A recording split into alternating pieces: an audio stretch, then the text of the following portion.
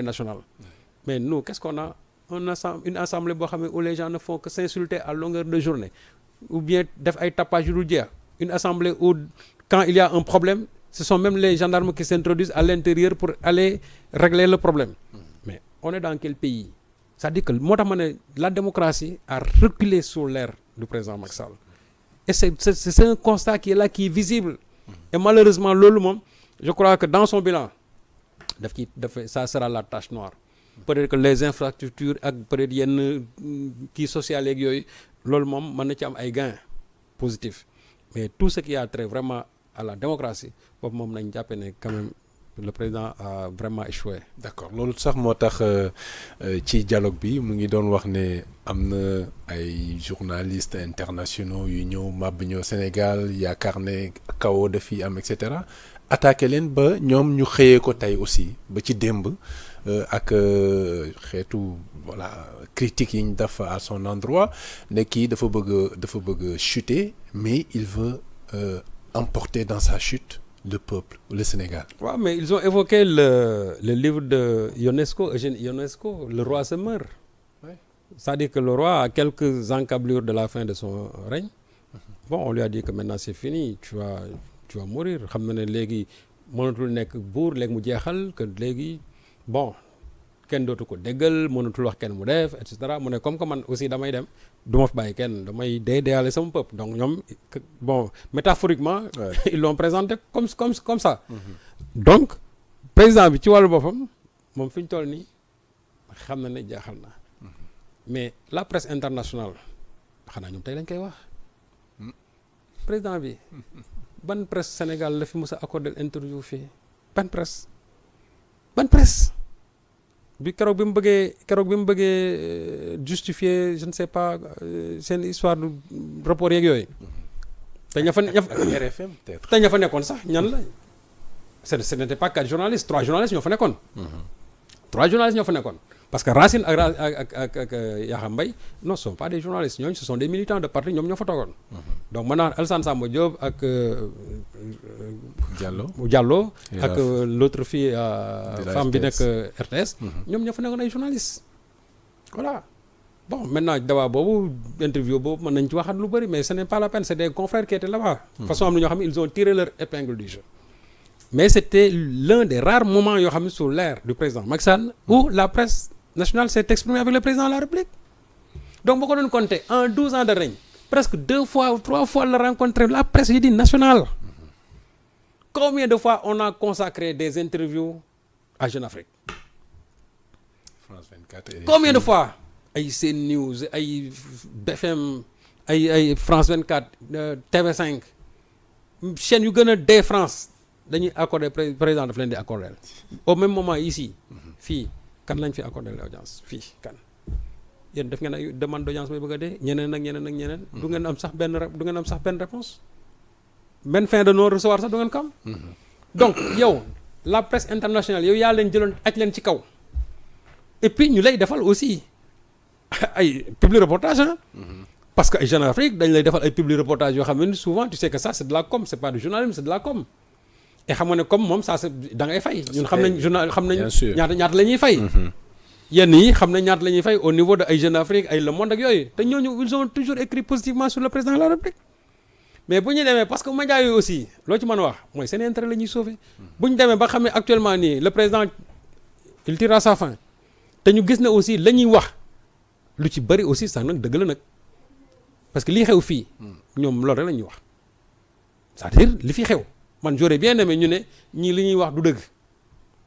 diffusion de fausses nouvelles mais liñ fi wax yépp man de lire naa presse bi gisuma luñ fi wax fi amut presse nationale bi ñu bari bind nañ ko la presse responsable ñoom bind nañ li nga xam ne actuellement moo fi xew dire que maintenant dafa am ay tirs groupés parce que j'ai entendu ay Cheikh Tidiane Gadio wax yooyu ne serait-ce que pour plaire à sa majesté oui la plaire nanga mais gis nga dama ne ñoom waxuñu fi luñ fi waxul te ñooñu tey lañ leen mën a ŋaañi mais de tout temps on a adulé cette presse étrangère là au détriment de la presse nationale donc presse bi moom vraiment nañ leen bàyyi teg leen fële presse bi seen rôle donc la ñuy jouer te tey bu fekkee ne y a quelqu'un qui a souffert vraiment de la presse internationale c'est Ousmane Sonko Ousmane Sonko y a eu un bashing boo xamante ni extraordinaire sur Ousmane Sonko et des gens qui sont ici dañu fay ay médias étrangers yoo xam ne dañ doon dal ci kaw Ousmane Sonko guddeeg bëccëg on l'a accusé de tous les maux salafiste terroriste polygame anti LGBT lu ne tag nañ ko ci kawam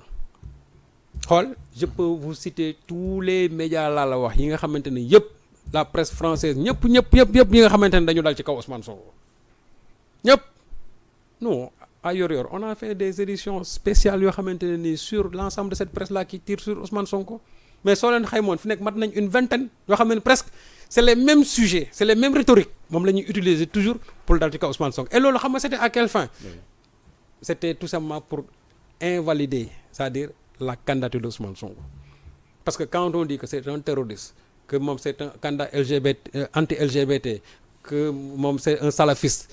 bon il reçoit des financements occultes tout ça loolu lépp wax nañ ko ci tout lépp xool et puis man la ce sont les mêmes phrases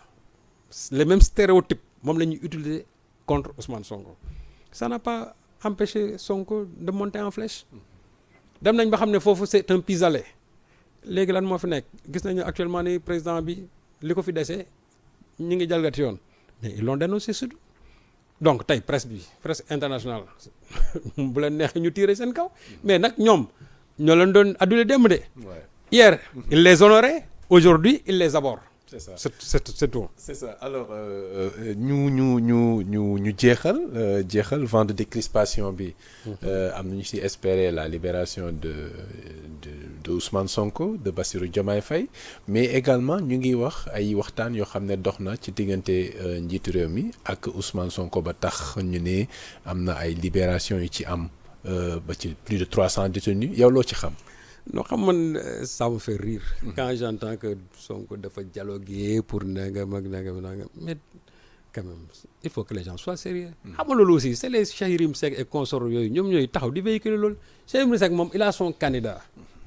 moom chaque fois il est vraiment dans l'imposture il est vraiment dans la désinformation wax xam la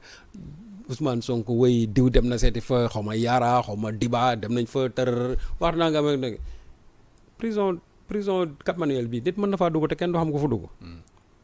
nit mën na faa dugg te kenn du ko xam c'est-à-dire ku fa dugg ñu xam ko prison bi ku fa dugg ñoo xam ne Massamba dugg na fa Mademba dugg na fa parce que c'est pas un lieu incognito donc seen yooyu ñuy wax naan diwa ngi waxtaan xam nga loolu lépp xam pour lan la Ousmane Sonko mook seen gars yi ñoo yem day deal comme ñëpp rek parce que de tout temps ça a été comme ça Ousmane Sonko mook ñeneen ñi ñoo yem. te Sonko waxoon na ko bokk mag ñoom. waaw mu noonu mais toujours nag il faut que ñu ne waaye Sonko mook gars yi ñoo yem te ay protocole am lay def rek. déjà gis nga Karim Wade sax soobu woon na ci ba def ci benn tweet Boubacar Camara laa démenti mu fa la yem donc yooyu yëpp xam nga c'est fait à dessein donc Sonko mi ngi waxtaan man de nee naa leen Sonko su waree toog waxtaan ak Macky Sall.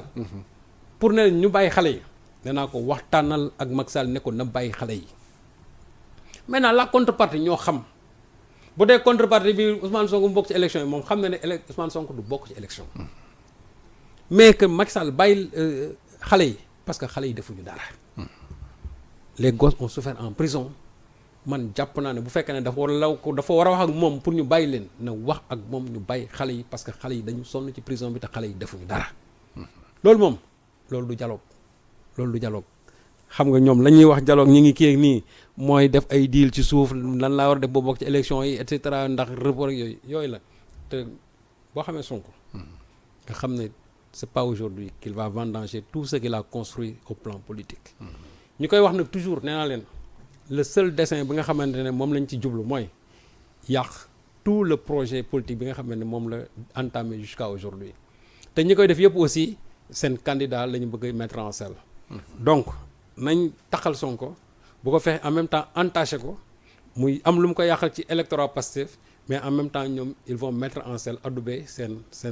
candidat c'est le genre de Cheikh Yérim Seck moom qui a comme candidat Amadou Ba il lui a consacré je crois 2 ouvrages donc konko nëbbatul tu sais que la nee naa leen waxu Cheikh Yérim Seck franchement nit